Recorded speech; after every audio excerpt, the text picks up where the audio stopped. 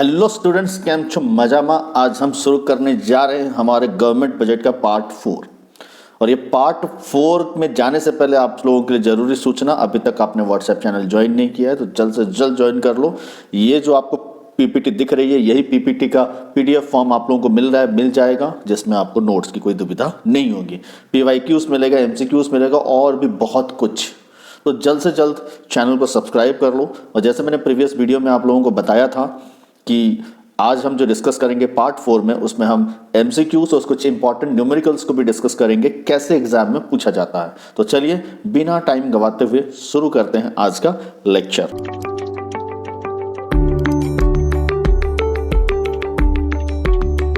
आज हम डिस्कस करने जा रहे हैं 2020 के क्वेश्चंस जो पूछा गया है। State whether the following statement is true और फॉल्स। स्टेटमेंट क्या है? The government budget is an important monetary policy instrument. ये क्या पगला गया है? मॉनिटरी पॉलिसी कहां से हो जाएगा? ये डेफिनेटली नहीं होगा ना, क्योंकि ये तो estimated income, estimated expenditure of the government है। आने वाले साल के लिए जो गवर्नमेंट बजट बनाता है, वो बजट में ये एस्टिमेटेड क्या है, रेवेन्यू कितना आएगा और एक्सपेंडिचर कितना होगा। इस वजह से हमारा ये स्टेटमेंट क्या है माय डियर स्टूडेंट? फॉल्स है। ठीक है, अब आते हैं डिसइन्वेस्टमेंट इज अ क्या। भाई, जब सरकार डिसइन्वेस्टमेंट कब करेगी? जब सरकार के पास पैसा कम होगा, डेफिसिट में होगा, पैसा नहीं है। इस केस में सरकार क्या करेगा? अपनी जो पीएसयू से, पब्लिक सेक्टर अंडरटेकिंग, जितने भी कंपनीज है, वो सारी कंपनीज को क्या करेगा? डिसइन्वेस्टमेंट करेगा। ठीक है, डिसइन्वेस्टमेंट जब करेगा तो उससे जो पैसा आ रहा है, उसका एसेट कम हो जा रहा है ना सरकार का। तो एसेट जहां कम हुआ वो हमारा कैपिटल रिसिट होगा, ना कि रेवेन्यू रिसिट होगा। ठीक है, तो यहां का आंसर क्या है? Capital receipt. अब आते हैं physical deficit can be estimated under which formula. देखो, जो हमारा गवर्नमेंट है, गवर्नमेंट का एक तो होता है इनकमिंग और एक होता है आउटगोइंग। मतलब ये हो गया रेसिट, मतलब सरकार के पास रेवेन्यू जो आती है, और एक हो गया एक्सपेंडिचर्स। ठीक है बच्चों, अब देखो गवर्नमेंट के पास जो रेवेन्यू आती है, ये हम दो तरीके से करते हैं। क्या क्या है? एक है हमारा रेवेन्यू रिसिट और एक है कैपिटल रिसिट। सेम चीज यहां पे सरकार का जो खर्चा होता है, एक बोलते हैं रेवेन्यू एक्सपेंडिचर और एक बोलते हैं कैपिटल एक्सपेंडिचर। जब हम ये दोनों को प्लस कर देंगे तो हमको क्या मिल जाएगा? टोटल रेवेन्यू, सरकार को कितना पैसा मिला टोटल में, और सरकार का टोटल एक्सपेंडिचर कितना हुआ। जब टोटल एक्सपेंडिचर से हम क्या करेंगे? टोटल एक्सपेंडिचर से जब हम टोटल रेवेन्यू को माइनस कर देंगे, टोटल रिसिट को माइनस कर देंगे, जितना सरकार के पास पैसा आया माइनस कर देंगे, तब जो हमको पैसा कम पड़ेगा तब हम बोलेंगे। यदि कम पड़ता है तब हम इसको बोलते हैं फिजिकल डेफिसिट। फिजिकल डेफिसिट का फॉर्मूला क्या है? Total expenditure minus total revenue. ठीक है, यही हमारा फॉर्मूला रहेगा, आपको यहां पे लिख देना है। ठीक है, define revenue expenditure, distinguish between direct tax and indirect tax. ये भी रेवेन्यू एक्सपेंडिचर क्या है? यहां पे तो मैंने आपको बताया, रेवेन्यू एक्सपेंडिचर वो खर्चा होता है जिसमें सरकार को मिलना नहीं है, एसेट बिल्डिंग नहीं हो रहा है, बस खर्चे हो जा रहा है। जो क्या है, जैसे कि हो गया इंटरेस्ट पेमेंट करना, वेजेस देना, सैलरीज देना, डे टू डे खर्चा वगैरह निपटाना, वो सारी हो जाएगी रेवेन्यू एक्सपेंडिचर के क्राइटेरिया में। नहीं तो प्रीवियस साइड में जाके मेरे नोट्स में ही आपको ये आंसर्स मिल जाएंगे। ठीक है, जल्द से जल्द व्हाट्सएप चैनल को ज्वाइन कर लो तो आपको मिल जाएगी सारी चीजें।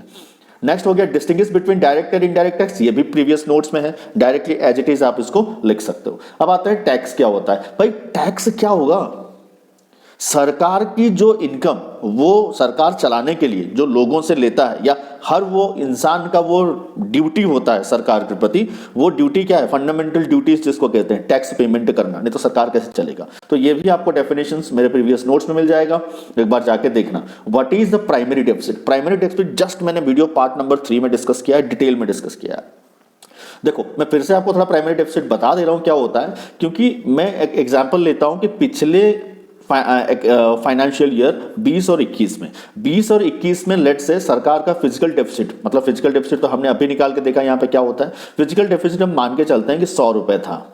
ठीक है, फिजिकल डेफिसिट कितना था? 100 रुपए था। अब पूरे निर्मला सीतारमण जी जब फाइनेंस मिनिस्टर थे तो पूरा भारत उस समय क्या बोलेगा? हाँ, ये निर्मला सीतारमण ने कैसा काम कर दिया, सरकार को घाटे में डाल दिया, पैसा यहां से लोन ले लिया, वो कर दिया, सरकार चला नहीं पा रही है, मॉनेटरी पॉलिसीज बना नहीं पा रही है, इसीलिए सरकार घाटे में चल रहा है। बट निर्मला सीतारमण, यहां से आप देखना, हमारे जो बजट होता है, वो बजट में हर वक्त ना 80% पैसा प्रीवियस बोरोइंग का इंटरेस्ट होता है, और 20% सरकार जो खर्चा करती है वो क्या होता है? मतलब देश की डेवलपमेंट के लिए खर्चा करते हैं। 80% खर्चा आप बजट उठा के देख लेना, उसमें है 80% जो प्रीवियसली जो लोन लिया गया उसके इंटरेस्ट पेमेंट में चली जाती है। इसमें बेचारी निर्मला सीतारमण जी का क्या गलती, उनने क्या किया, कब सरकार ने लोन लिया था उसका इंटरेस्ट अब भर रहे हैं हम। इसी टर्म को अच्छे से समझाने के लिए हम क्या करते हैं, उसी साल का कितना डेफिसिट है जानने के लिए, जो उस साल का फिजिकल डेफिसिट होता है, वो फिजिकल डेफिसिट को हम क्या करते हैं बच्चों, उसमें से इंटरेस्ट पेमेंट को माइनस करते हैं। जब फिजिकल डेफिसिट जितना है उस साल का, उससे जब इंटरेस्ट हमने जितना दिया उसको माइनस कर देंगे, तो जो वैल्यू निकल के आएगा वो होगा प्राइमरी डेफिसिट। इसका मतलब उस साल का ही जितना खर्चा, लेट्स से 21 और 20 और 21 का प्राइमरी डेफिसिट क्या है, तो उसी साल का जो निर्मला सीतारमण जी के ऊपर आएगा। बाकी जो इंटरेस्ट हमने पेमेंट किया उसको हमने हटा दिया और जो बचा उसको हमने बोले प्राइमरी डेफिसिट। तो प्राइमरी डेफिसिट निकालने का फॉर्मूला क्या होगा, physical deficit minus interest payment.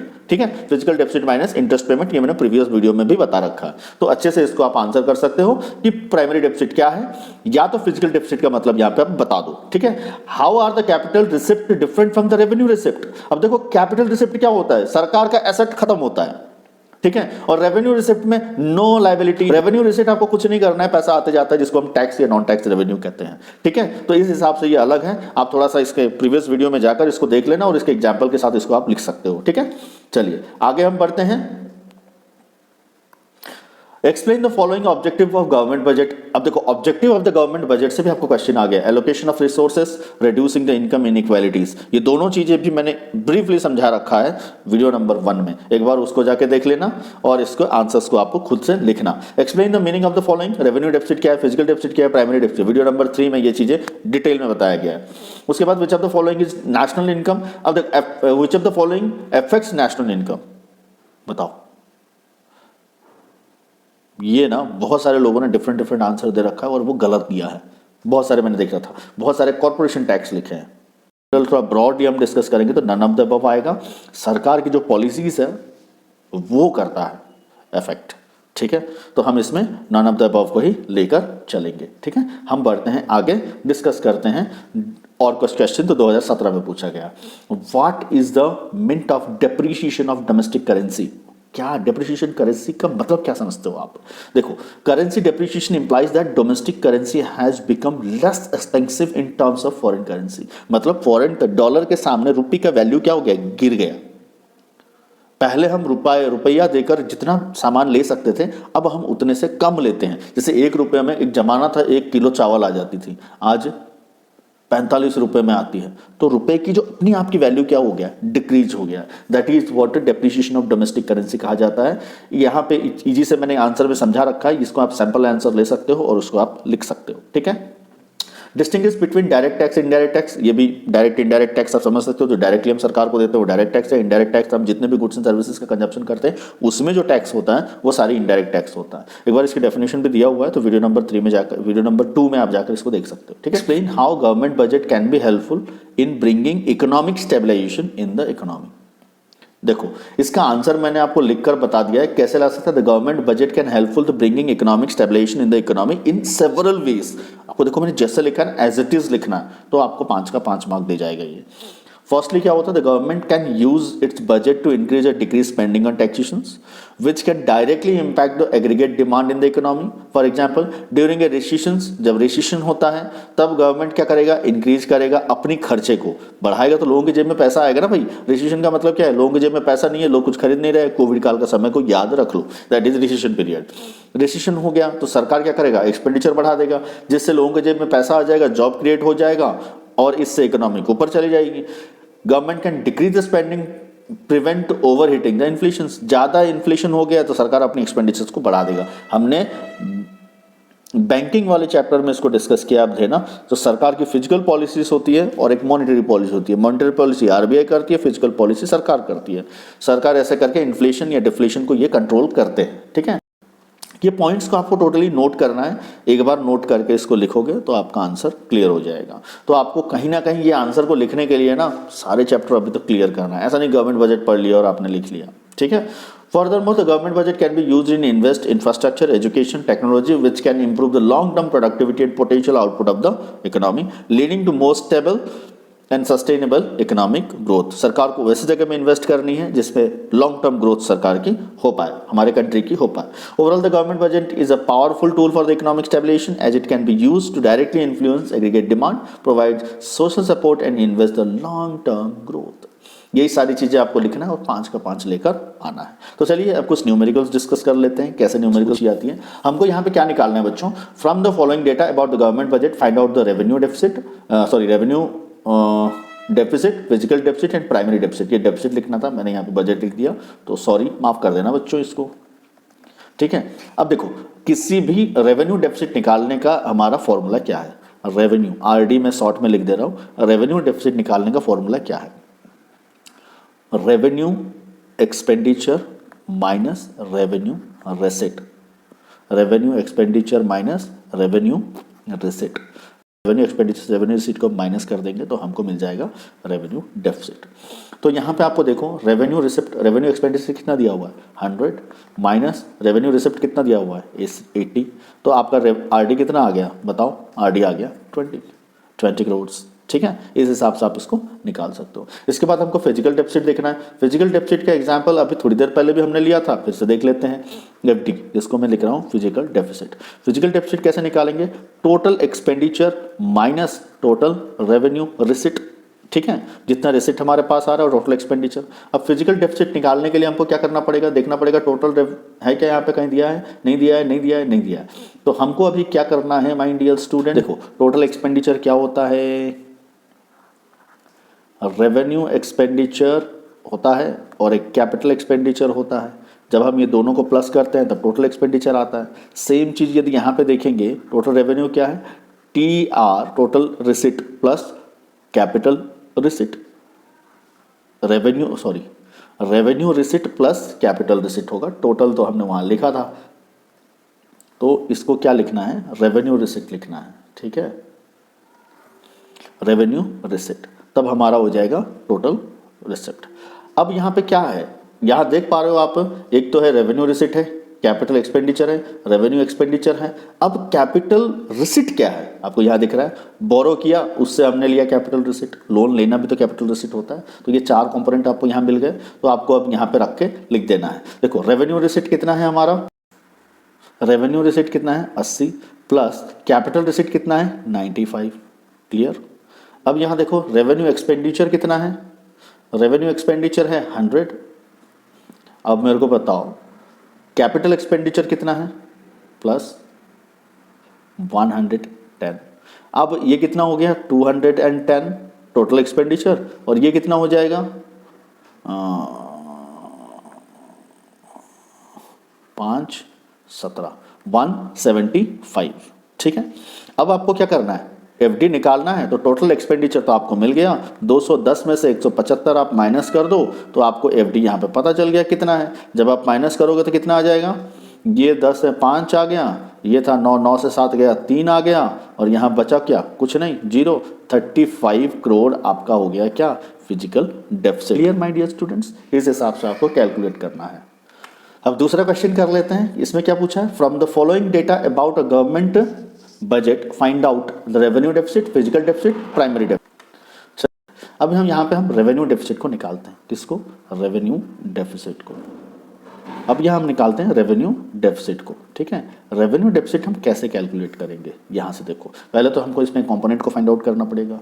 Revenue deficit find out करने के लिए हमारा फॉर्मूला क्या कहता है, फॉर्मूला ये कहता है वो होगा revenue expenditure minus revenue receipt, ठीक है। अब रेवेन्यू एक्सपेंडिचर के कंपोनेंट्स क्या है, आपको डायरेक्टली यहाँ पे दिया हुआ है, आरई का फॉर्मूला, आरई रेवेन्यू एक्सपेंडिचर माइनस आरआर में जब हम जाएंगे रेवेन्यू रिसिप्ट में, तो रेवेन्यू एक्सपेंडिचर का डायरेक्टली यहाँ पे 80 दिया हुआ है, देखो हाँ कि ना। अब हमको यहाँ पे रेवेन्यू रिसिप्ट का दिया है, नहीं दिया है, तो हमको क्या करना पड़ेगा, tax revenue non tax revenue दोनों को मिलाएंगे तो रेवेन्यू रिसिप्ट हो गया। तो यहाँ पे टैक्स रेवेन्यू कितना दिया है 47 प्लस 10, तो कितना हो गया 80 माइनस ये हमारा 57 है, खत्म, 80 माइनस 57 हो गया तो कितना आ जाएगा 3 आ जाएगा, ये 23 करोड़ आपका जो आ गया, ये आपका रेवेन्यू डेफिसिट हो गया। आराम से आप लोगों ने इसको निकाल लिया। तो माय डियर स्टूडेंट्स, हम इसका फिजिकल डेफिसिट निकाल लेते हैं। फिजिकल डेफिसिट हम कैसे निकालेंगे, फिजिकल डेफिसिट का हमारा जो फॉर्मूला है वो क्या है, थोड़ा सा ये राइटिंग पैड में जैसा भी है समझ जाना, total expenditure minus total revenue. अब टोटल एक्सपेंडिचर जो है हमारा, टोटल एक्सपेंडिचर का दो कंपोनेंट होते हैं, क्या क्या होता है, मतलब टोटल एक्सपेंडिचर हम कैसे निकालते हैं, revenue expenditure plus capital expenditure, ठीक है। और वैसे ही टोटल रेवेन्यू का कैसे निकालते हैं, टोटल रेवेन्यू हम निकालते हैं revenue receipt plus capital receipt, clear. अब हमको यहाँ पे निकालना है कि रेवेन्यू रिसिट कहाँ पे दिख रहा है आपको, कोई रेवेन्यू रिसिट नहीं दिख रहा है, बट रेवेन्यू रिसिट वही होता है ना, tax revenue plus non tax revenue. अब यहाँ पे रेवेन्यू रिसिप्ट हम क्या करेंगे, 47 प्लस कौन सा होगा, नॉन टैक्स 10, तो टोटल कितना आ गया ये 57, ठीक है। यहाँ पे कैपिटल रिसिप्ट हमारा यहाँ पे दिया हुआ है, जी दिया हुआ है, तो हमारा कितना हो गया 34, 57 प्लस 34 कितना हो गया, ये हो गया 11 से इधर आया तो ना 91 हो गया हमारा क्या टोटल रेवेन्यू कितना हो गया 91। वैसे ही हम इसको निकाल लेते हैं, रेवेन्यू एक्सपेंडिचर हम कैसे निकालेंगे, गिवन है तो ले लो 80, कैपिटल एक्सपेंडिचर गिवन है, कैपिटल एक्सपेंडिचर गिवन है नहीं, तो कैपिटल एक्सपेंडिचर क्या होता है, जो हमने बोरो किया हुआ है, कैपिटल एक्सपेंडिचर हमने वीडियो में समझा था, तो सेम आपने यहाँ पे 32 ले लिया। अब आपको ये पता चल गया कि टोटल एक्सपेंडिचर कितना है, आपका आ जाएगा ये कितना 112। अब आपको निकालना फिजिकल डेफिसिट, तो आप 112 में से 91 को क्या कर दो बच्चों, माइनस कर दो। Fiscal FD is equal to क्या था हमारा, TE minus PR, total expenditure minus किए तो 112 माइनस 91, इसमें से आप माइनस कर देंगे तो आपको कितना निकल के आ जाएगा 21 करोड़ है हमारा क्या है फिजिकल डेफिसिट। तो इस तरीके से आपको इसको निकालना है। आई थिंक आपको ये भी समझ में आ गया। अब हम चलते हैं आगे, डिस्कस करते हैं प्राइमरी डेफिसिट। और प्राइमरी डेफिसिट का तो कोई सीधा सीधा सा मतलब है कि primary deficit is equal to क्या है, fiscal deficit minus interest payment. अब हमारा फिजिकल डेफिसिट जब हम निकालेंगे तो फिजिकल डेफिसिट हमारा आ चुका था, हमको प्राइमरी डेफिसिट निकालना है, तो fiscal deficit just now we have done, कितना आया था 21 करोड़। 21 में से इंटरेस्ट पेमेंट कितना है, यहाँ पे दिख रहा है 20 है, 20 माइनस कर दो तो आपको निकल के आ गया 1 करोड़, ठीक है। इस हिसाब से आपको प्राइमरी डेफिसिट को भी निकाल लेना है, कहानी खत्म, ठीक है। चलिए नेक्स्ट न्यूमेरिकल्स में थोड़ा बढ़ जाते हैं। नेक्स्ट न्यूमेरिकल्स क्या है, कैसा है, किस तरीके से पूछा जा सकता है, उसको एक बार समझ लेते हैं। यहाँ देखो डायरेक्टली कुछ नहीं बोला है, बजटरी डेफिसिट फाइंड आउट करो बोला गया, इसमें कुछ नहीं है। आपको ये दोनों को प्लस कर देना है और ये दोनों को प्लस कर देना है, फिजिकल डेफिसिट टाइप का ही है। प्लस कर दे के क्या करना है, total expenditure minus total receipt कर देना है, तो आपको मिल जाएगा बजटरी डेफिसिट। ये भी आसान तरीका है, जो अभी हमने फिजिकल डेफिसिट किया सेम चीज है, ठीक है। आप लोगों के लिए जो न्यूमेरिकल और कुछ इंपॉर्टेंट क्वेश्चन था वो हो गए ये समाप्त। इसके साथ आपकी ये वीडियो होगी समाप्त। हम मिलते हैं अगले वीडियो में, जो होगा हमारा इनकम एंड इट्स डिटर्मिनेंट्स, जो हमारे सारे बच्चों के लिए होता है थोड़ा सा सरदर्द वाला चैप्टर। उसको बहुत आसान तरीके से हम करेंगे हमारे आने वाले वीडियोस में। Till then bye bye, see you. मुस्कुराते रहो, हंसते रहो, पढ़ते रहो। मिलते हैं नेक्स्ट वीडियो में। सब्सक्राइब जरूर कर दो।